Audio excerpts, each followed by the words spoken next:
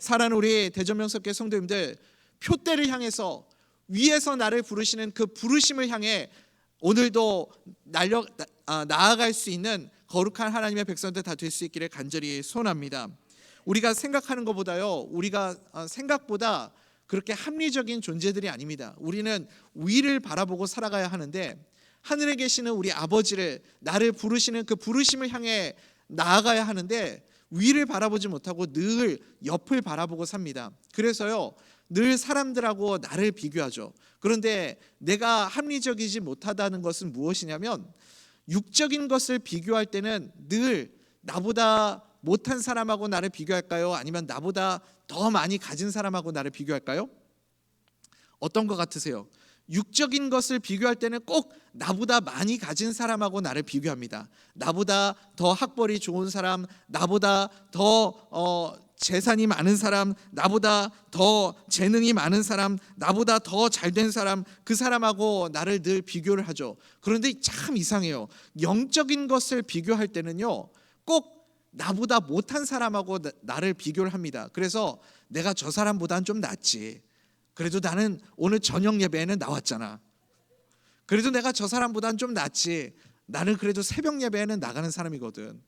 그래도 내가 저 사람보다는 좀 낫지. 나는 그래도 11조는 하잖아. 그러면서 늘 나보다 못한 사람하고 그렇게 비교를 합니다. 여러분, 그래서 늘 모순이 있어요. 우리는 비교를 해도 일관성이 없습니다.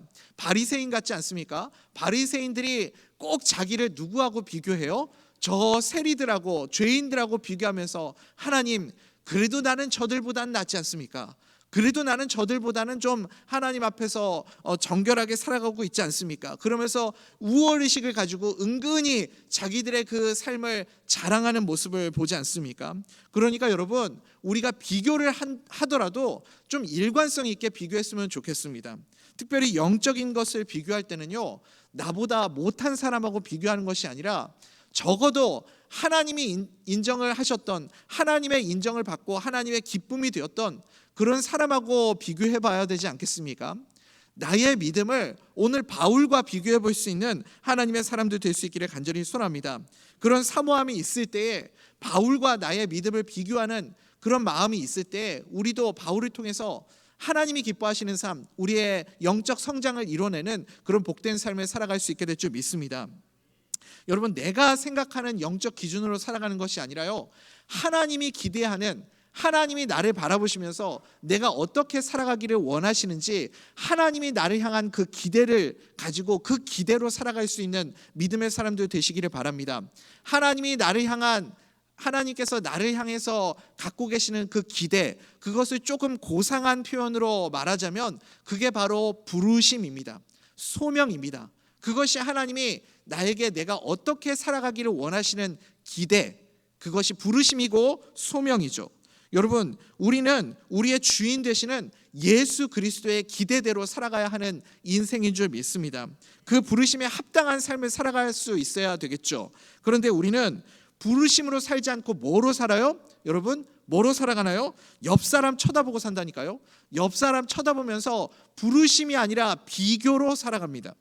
유행 따라 살아가고, 다른 사람들은 어떻게 살아가나 비교하면서 살아가요. 그래서 남들이 대학에 가니까 나도 대학에 가야 되고, 남들이 좋은 차를 타니까 나도 좋은 차를 타야 하고, 남들이 비싼 옷을 입으니까 나도 명품 옷을 입어야 되고, 남들이 명품백 들고 다니니까 나도 명품백을 들어야 되겠다, 이런 생각을 하고 살아가죠. 그러니까 우리는 늘 위를 바라보지 못하고 옆에만 보고 살아가는 존재들입니다. 오늘 말씀은 방향을 얘기하고 있잖아요. 우리의 시선의 방향이 어디를 향해 있어야 됩니까? 여러분, 위를 향해 있어야 되겠죠. 부르심은 어디에서부터 와요? 위에서부터 오는 겁니다. 우리 빌립보서 3장 14절 말씀 한번 읽어볼까요? 시작. 뼈대를 향하여 그리스도 예수 안에서 하나님이 위에서 부르신 부름의 상을 위하여 달려가노라. 아멘. 아멘. 여러분, 하나님의 기대는, 우리 주님의 기대는, 부르심은 어디에서부터 오냐면 위에서부터 오는 겁니다. 믿으십니까? 그래서 여러분, 옆 사람 쳐다보면서 살면 늘 평면적인 인생을 살아가는 거고요. 우리가 나를 부르시고 내가 어떤 삶을 살아가기를 기대하시는지 그 예수님을 바라보며 우리의 시선을 위로 두고 살아가면 입체적인 삶을 살아가게 될 줄 믿습니다. 부르심의 인생을 살아갈 수 있어야 되겠죠. 터키의 시인인 나짐 히크메트라는 사람이 있어요. 발음하기도 참 힘든데요. 히크메트라는 이 사람이 꿈을 꾸고 나서 신과의 인터뷰라는 그런 글을 썼어요. 거기 보니까 이제 꿈속에서 신을 만난 거죠. 그래서 신에게 물어봤대요. 신이시여, 도대체 이 인간들을 바라보면서 당신이 볼 때 인간들에게 가장 이해가 되지 않는 부분들이 있다면 그것이 무엇인지 알려주실 수 있습니까? 물었답니다. 그랬더니 4가지를 얘기했대요. 뭐냐면 어린 시절에는 지루하다고 안달을 하면서 서둘러 어른이 되려고 하는 것, 그리고 어른이 되면 후회하면서 다시 어린 시절로 돌아가고 싶어 하는 것, 그게 이해가 안 된다는 거예요. 또 2번째는 뭐냐면 돈을 벌기 위해서 건강을 해치고 그렇게 열심히 건강을 잃어버리면서까지 돈을 벌고 나서 결국 그 잃어버린 건강을 되찾기 위해서 번 돈을 다 써버리는 것, 그게 이해가 안 된다는 겁니다. 3번째는 무엇이냐면 미래에만 집착하느라 현재를 잊어버리고 결국 현재에도 미래에도 살지 못하는 것, 그게 이해가 안 된다는 거죠. 또 마지막에는 결코 죽지 않을 것처럼 살다가 마침내는 하루도 못 살아본 존재처럼 그렇게 무의미하게 죽어가는 것, 그게 이해가 안 된다는 겁니다. 사랑하는 우리 대전명석교회 성도님들, 우리가 예수님 앞에서 이런 안타까운 이런 한심한 모습으로 살아가면 안 되겠죠. 이랬다 저랬다 우리가 왜 이렇게 변덕스러울까요? 우리는 왜 기준이 없는 삶을 살아갈까요? 우리 안에 분명한 우리 주님이 나를 부르시는 목적과 사명이 없기 때문에 우리가 늘 오락가락하면서 살아가는 겁니다. 부르심이 없으면요, 사명이 없으면 늘 변덕스러울 수밖에 없습니다. 그래서요, 기준이 뭐예요? 기준은 하나님이 나를 부르신 그 부르심, 사명, 그것이 우리가 인생을 살아가는 기준이 되어야 할 줄 믿습니다. 여러분, 이 세상 많은 사람들이요, 인생을 살아가는데 정말 열심히 살아갑니다.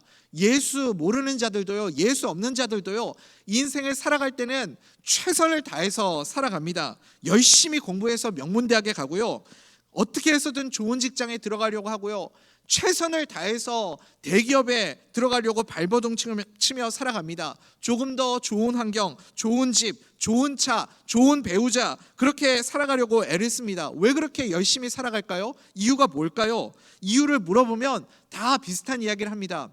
그래야 행복하게 살죠. 행복하게 살아가기 위해서 열심히 살아간다, 그렇게 말하고 있습니다. 사랑하는 대전명석교회 성도님들, 죄송합니다. 꼭 그렇지가 않습니다. 예수 그리스도로 살아가는 인생은요, 우리가 인생을 살아가는 목적이 무엇인가요? 행복하기 위해서 살아가는 거 아닙니다.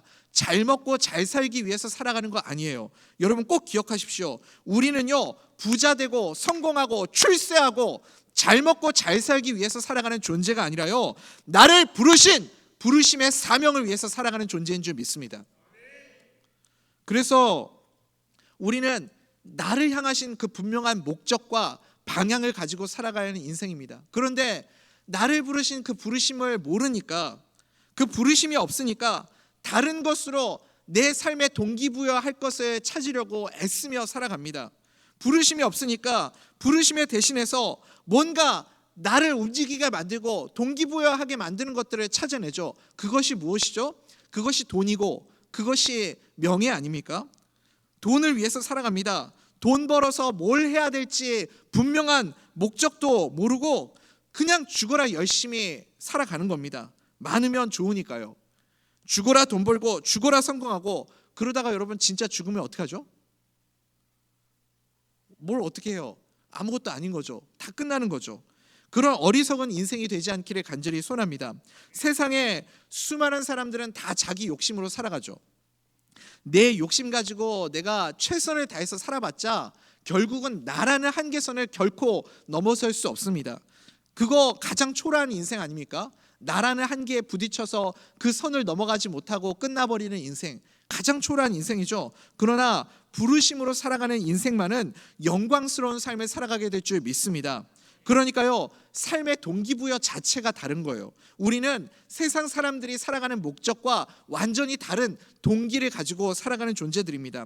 생텍쥐베리의 어린 왕자가 있죠. 그 책에서 이런 구절이 있습니다. 배를 만들게 하고 싶다면 배 만드는 법을 가르치기 전에 동경심을 키워줘라. 그러면 스스로 배를 만드는 법을 찾아낼 것이다. 바다에 대한 동경심을 심어주면요, 배를 만드는 법을 스스로 찾아낸대요. 여러분, 그래서 목재를 갖고 와라, 이렇게 목재를 만들어라, 이렇게 배를 만들어라, 그렇게 하는 것이 아니라요, 진짜 훌륭한 리더는요, 꿈을 꾸게 하는 사람입니다. 바다를 바라보게 하고 바다를 꿈꾸게 하고, 그러면 스스로 알아서 배를 만드는 법을 찾아가게 되는 거죠.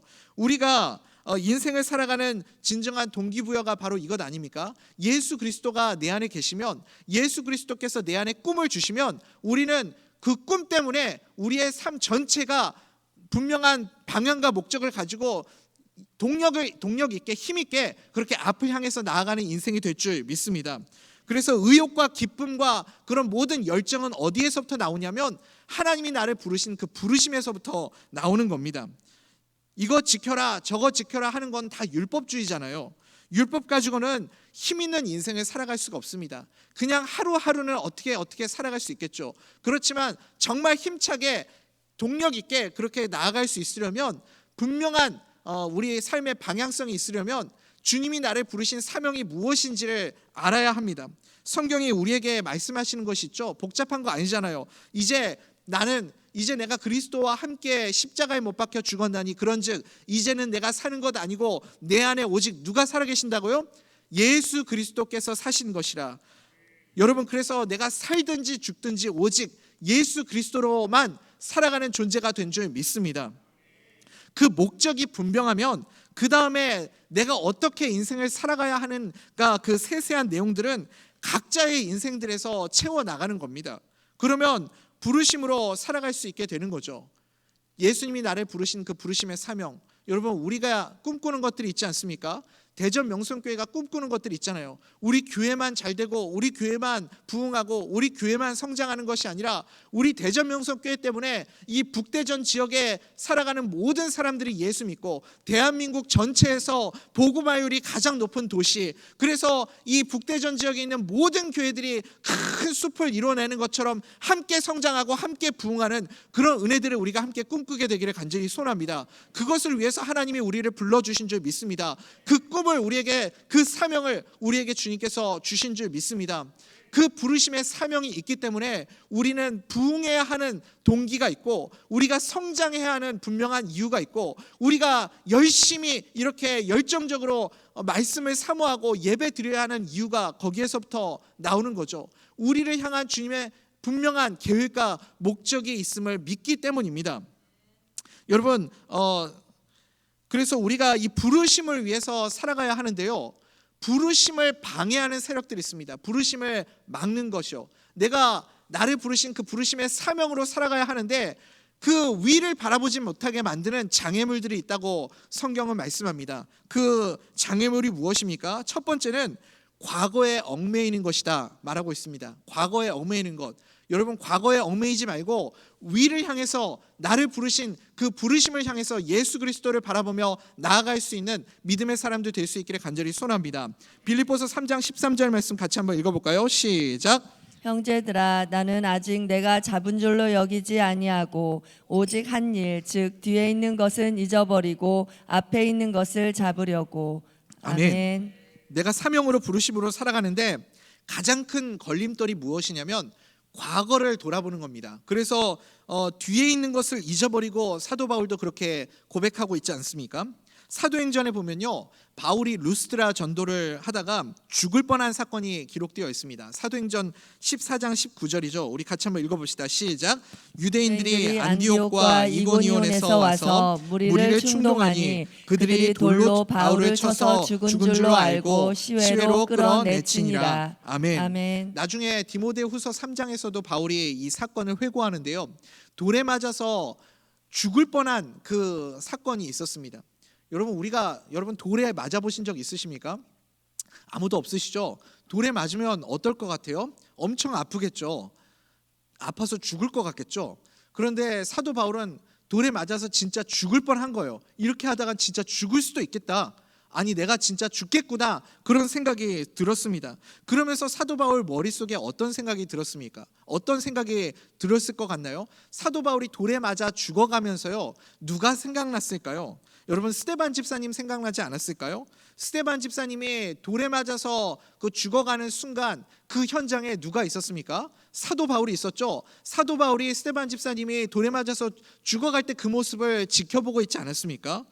그러면서 사도 바울이 나도 똑같이 그렇게 돌에 맞아서 죽어가면서 만약에 내가 이게 인과응보구나, 내가 스데반을 돌로 쳐서 죽여가지고 결국 나도 돌에 맞아서 죽는구나, 그런 생각 하지 않았을까요? 여러분, 사도 바울이 그런 생각 했을까요? 안 했을까요?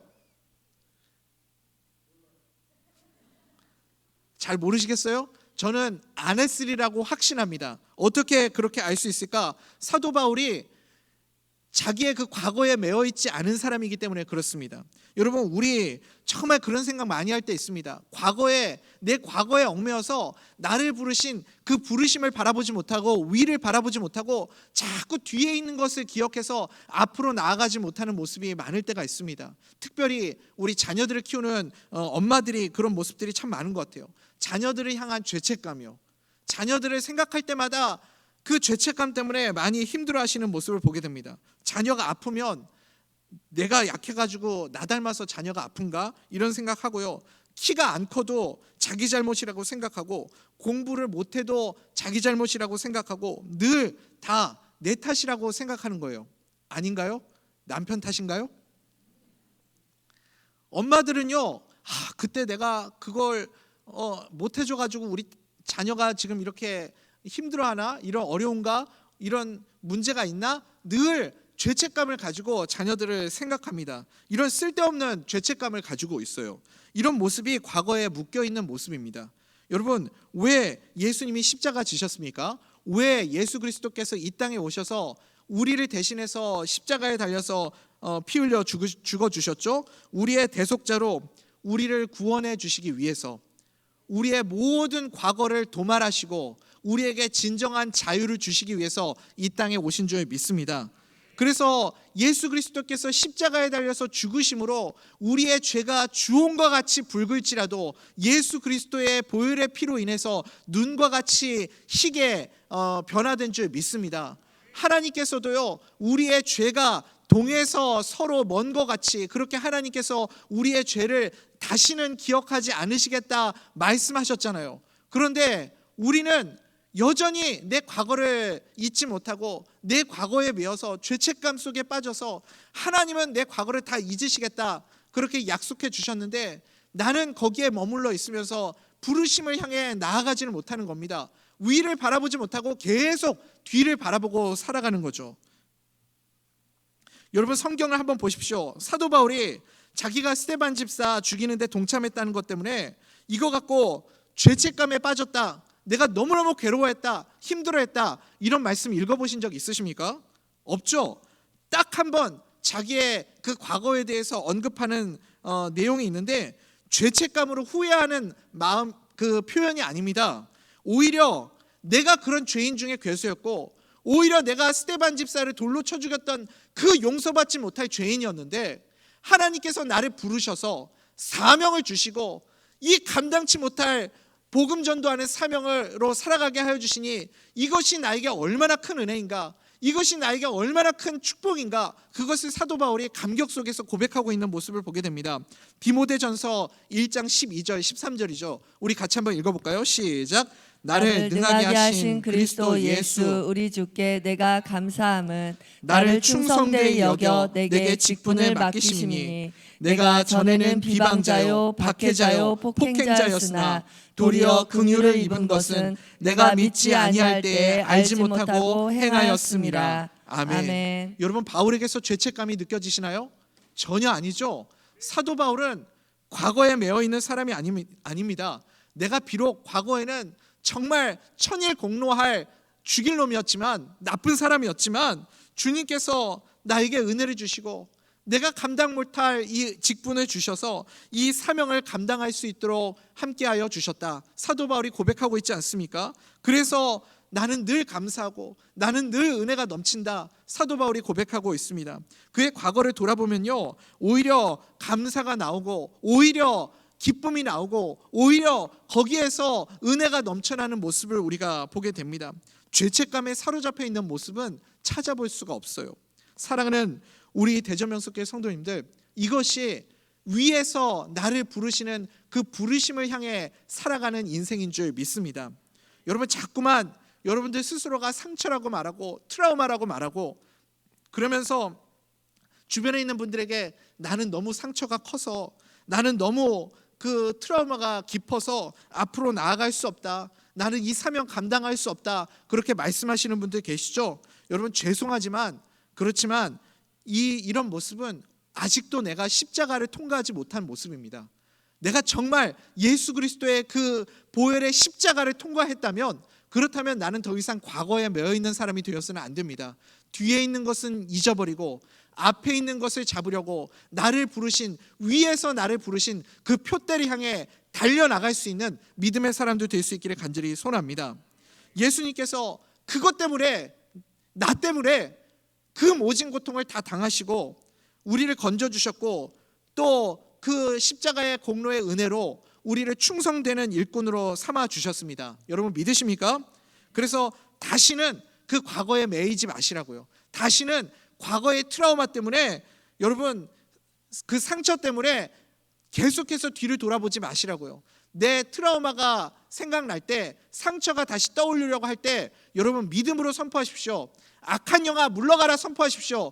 나는 이제 예수 그리스도의 보혈의 피로 자유함을 얻었다, 믿음으로 선포하십시오. 여러분, 팬데믹을 지나면서 많은 교회들이 참 어려움을 겪었습니다. 특별히 이제 작은 교회들에 섬기시는 목사님들은요, 정말 많이 힘드셨던 것 같아요. 그래서 이 3년의 시간들 동안 어느 개척교회를 섬기시는 목사님께서 정말 이 목회를 하면서 진이 다 빠져버리신 거예요. 하나님 앞에 나와서 기도를 하는데, 하나님 너무 지쳤습니다. 하나님 위로와 격려가 필요합니다. 그러면서 기도를 하는데, 이 목사님의 소원이 무엇이었냐면 성지순례 한번 가보는 게 소원이었어요. 근데 성지순례를 가려고 해도 이 교회도 어렵지만, 뭐 교회 상황도 어렵지만 재정적으로도 또 궁핍하고 그러니까 감당이 안 되는 겁니다. 그래서 성지순례를 가고 싶지만 못 가는 그런 상황 가운데 있었어요. 그런데 어느 날 어디에서 이렇게 편지가 한 장 날라온 겁니다. 어느 세계 무슨 선교회라는 단체에서 이 개척교회 목사님들에게 특별 상품으로 성지순례를 아주 값싼 가격에 보내드린다, 이런 편지가 날라온 거예요. 이 가격을 보니까요, 비행기 값도 안 되는, 말도 안 되는 파격적인 가격으로 성지순례를 9박 10일로 보내준다는 거예요. 그러니까 이 목사님이 혹했습니다. 그렇지만 이거 너무 가격이 싸니까 믿어지지가 않는 거죠. 이럴 리가 없는데, 이거 뭔가 이상한데 하면서 전화 연락을 해봤습니다. 정말 진짜 이 가격에 성지순례 갈 수 있는 거 맞냐고. 그랬더니 거기에서 막 안심을 시켜주면서요, 목사님들을 위해서만 하는 특별 프로그램이라는 거예요. 그래서 이 선교단체에서 제공하는 프로그램이기 때문에 나머지 비용은 자기네들 선교단체에서 다 대줄 테니까 걱정하지 말고 다녀오시라고 그렇게 안심을 시켜줬습니다. 그래서 정말 그 말을 듣고 성지순례를 가게 되었어요. 가보니까 이제 자기뿐만 아니라 많은 목사님들이 또 이 편지를 받고 성지순례를 오시게 된 거예요. 그래서 거기에서 또 교제도 하고, 또 그 선교단체에서 성지순례 오신 목사님들을 얼마나 극진하게 대접을 해주는지 최고급 호텔에서 최고급으로 식사를 대접해주면서 그렇게 9박 10일 동안 성지순례를 정말 행복하게 잘 했다는 거죠. 그런데 마지막 날 딱 저녁이 돼가지고 이 목사님들을 방으로 이렇게 불러드렸습니다. 그리고 나서 거기에서 사람들이 딱 둘러싸더니 각서를 쓰라는 거예요. 사인을 쓰라는 겁니다. 알고 보니까 이 성지순례 프로그램을 만든 단체가 어디냐면 통일교에서 이제 개신교 목사님들을 회유하기 위해서 만든 이 전략이었던 거죠. 그래서 앞으로 통일교에서 하는 모든 행사들, 이런 것들에는 반드시 참여하겠다는 사인을 해라.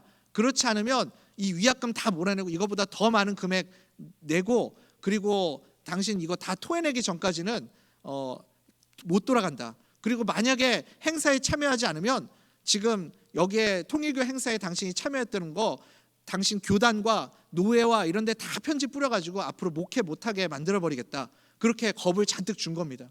너무너무 무서워서요, 이 목사님이 거기다 벌벌 떨면서 사인을 한 겁니다. 그 다음부터는요, 통일교에서 연락만 오면 뭐 아무 소리 못하고 거기에 행사에 끌려다니는 겁니다. 연락만 오면 그냥 거기에 아무 소리 못하고 참여해서 거기에서 사진도 찍고 뭐 하는 거에 다 거기 자기를 노출을 시켜야 되는 거죠. 너무너무 마음이 괴로웠습니다. 너무너무 힘들었어요. 내가 그때 실수했던 그 한 번의 실수 때문에 내 목회, 그리고 내가 섬기고 있는 우리 교회 양들 어떻게 하면 좋나, 너무 죄책감이 들고 힘들어가지고 괴로워하고 힘들었습니다. 견디다 못해가지고 결국은 노예에 있는 그 어르신 선배 목사님에게 솔직하게 자기의 그 실수를 고백을 한 거예요. 목사님, 사실은 제가 이런 일 때문에 제가 이 통일교 행사에 참여해가지고 이런 어려운 일을 겪었습니다. 지금도 계속해서 통일교 행사를 참여하는데 너무너무 힘들고 괴롭습니다 하면서 그 목사님에게 고백을 했죠. 그랬더니 그 목사님이 등짝을 한 대 탁 치시면서, 그러니까 정신 똑바로 차려야지, 앞으로 잘해 하면서 혀를 착 차시고 지나가시더래요. 그리고 끝난 거예요. 그리고서는 그냥 노예에서 경고 조치 받고 지나갔습니다. 그 다음에는 이 목사님이 더 이상 거기에 매일 필요가 없게 된 거예요. 왜냐하면 용서함을 받았거든요. 그래서 또 아니나 다를까 얼마 후에 또 통일교에서 전화가 왔습니다. 몇 월 며칠 몇 시에 행사가 있으니까 참여해달라고 연락이 왔습니다. 그래서 안 갑니다 하고 전화를 끊었습니다. 그랬더니 이번에는 검은 양복을 입은 건장한 사람들 여러 명이 와가지고 협박을 하더래요. 목사님, 이번에 행사 안 나오면 제가 목사님 가지고 있는 이 사인 한 이 각서 가지고 목사님 교단과 노예와 목사님 교회에 사역하는 교회와 모든 곳에 이 편지를 다 뿌려가지고 앞으로 다시는 목회 못하게 만들겠습니다. 그러니까 꼭 이 행사에 참여하십시오. 그랬더니 그 목사님이 뭐라고 그랬을까요? 할 테면 해봐라, 이 나쁜 놈들아. 나는 이제 자유다. 그랬다는 거예요, 여러분. 여러분, 우리 주님께서 우리에게 자유를 주신 줄 믿습니다. 과거에 얽매이지 마시고 표대를 향해서 나아갈 수 있는 믿음의 사람 될 수 있기를 간절히 소원합니다. 사도 바울도요, 로마서에서 확신에 찬 그 고백으로 이렇게 말하고 있지 않습니까? 로마서 8장 1절 2절이죠. 우리 같이 한번 읽어볼까요? 시작. 그러므로 이제 그리스도 예수 안에 있는 자에게는 결코 정죄함이 없나니 이는 그리스도 예수 안에 있는 생명의 성령의 법이 죄와 사망의 법에서 너를 해방하였습니다. 아멘. 아멘. 사랑하는 우리 대전명석교회 성도님들, 과거에 절대 매여 있지 마십시오. 예수님도 말씀하십니다. 누가복음 9장 62절이죠. 예수께서 이르시되 손에 쟁기를 잡고 뒤를 돌아보는 자는 하나님의 나라에 합당하지 아니하니라 하시니라. 아멘. 뒤를 돌아보지 마십시오. 과거에 얽매이는 어리석음을 범하지 마십시오. 우리 하나님이 기뻐하시는 모습이 아닙니다. 롯처럼 뒤돌아보다가 소금기둥 되는 것 우리 주님이 기뻐하시겠습니까? 광야에서 이스라엘 백성들처럼 문제가 생길 때마다, 어려움이 생길 때마다 차라리 애굽으로 돌아갈 걸, 차라리 우리의 과거로 돌아갈 걸, 그 모습 하나님이 기뻐하셨습니까? 그렇지 않죠. 뒤를 돌아보는 건 우리 주님이 기뻐하시지 않습니다. 앞으로 향해 나가십시오. 오늘 우리가 부른 찬양처럼 앞으로 천성을 향해 힘차게 나아갈 수 있는 믿음의 사람들 될 수 있기를 간절히 소원합니다. 또 하나, 우리 부르심을 향해서 나아가는데 방해하는 것이 있는데요. 그것이 무엇이냐면 두려움입니다. 두려움. 우리가 하나님의 그 부르심을 따라서 목적이 이끄는 인생을 살아갈 때요, 그것이 내가 지금 제대로 살아가고 있는가, 내가 정말 주님의 뜻 안에 있는가, 두려운 마음이 들 때 갑자기 우리 믿음이 흔들릴 때가 있습니다. 여러분, KTX 타고 부산에 가보신 적 있으십니까? 부산에 가다 보면요, 터널들을 지나가죠. 이 산을 뚫어가지고 긴 터널들을 지나갑니다. 그런데 기차를 타고 그 터널을 지나가면요, 어느 순간 빛 한 조각이 들어오지 않는 정말 어두컴컴한 그 터널 안을 지나갈 때가 있습니다. 그러면 여러분, 우리가 터널 안을 지나가고 있다고 어떡하지? 두려워하고 걱정하고 하시는 분들 계신가요? 내가 KTX 타고 가면서 어두컴컴한 그 터널 안을 지나가고 있는데 아무것도 보이지 않는다고 큰일 났다, 아무것도 보이지 않는다, 이러다가 죽는 거 아니야? 이런 두려움에 빠지는 분들 계신가요? 아무도 없죠? 왜 우리는 아무도 두려워하지 않죠? 너무 코레일을 믿으시나요, 여러분?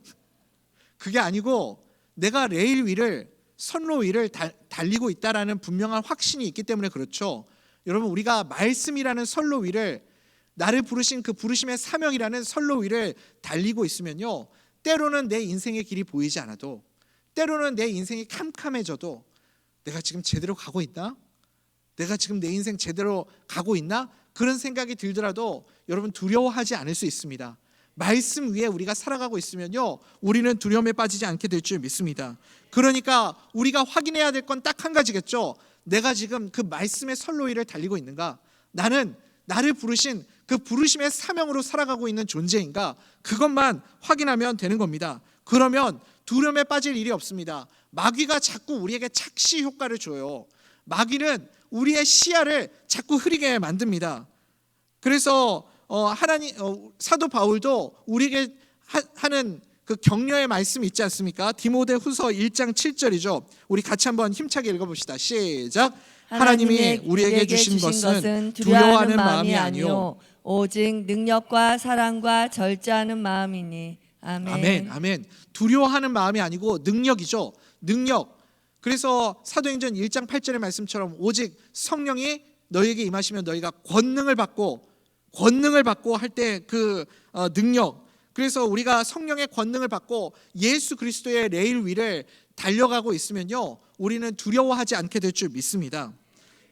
지금 내가 제대로 가고 있는 건가 의심할 필요도 없어요. 성령의 권능을 의지해서 살면 그 성령님께서 내가 주님의 길을 걸어가고 있다는 것을 조명해 주시고 확인시켜 주시고 확신을 갖게 만들어 주실 줄 믿습니다.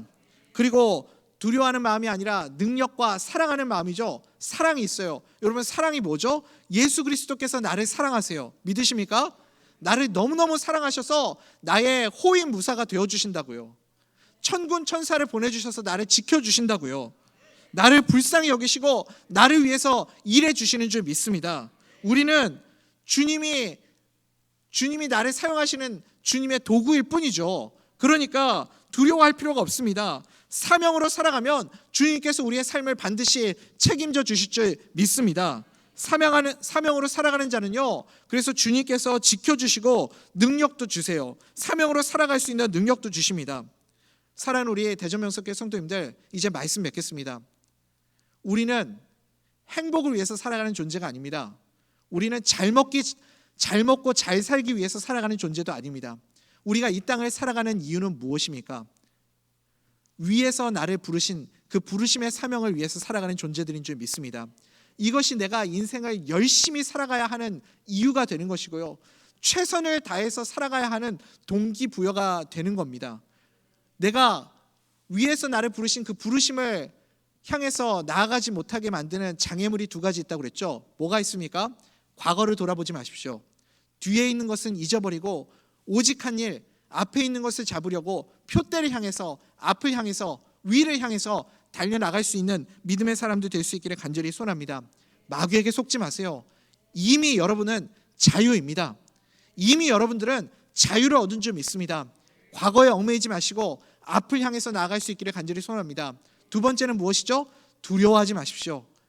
내가 말씀 위에 서 있으면, 나를 부르신 그 사명 위에 서 있으면, 그러면 나는 분명히 사명으로 살아가고 있는 존재인 줄 믿습니다. 성령님께서 그것을 확인시켜 주실 거예요. 성령님께서 내가 그 말씀이라는 레일 위를 달리고 있다는 것을 다시 조명시켜 주실 줄 믿습니다. 그래서 능력과 사랑과 확신을 가지고 부르시는 그 사명을 위해서 오늘도 최선을 다해서 열심히 살아가는 믿음의 백성들 다 될 수 있기를 간절히 소원합니다.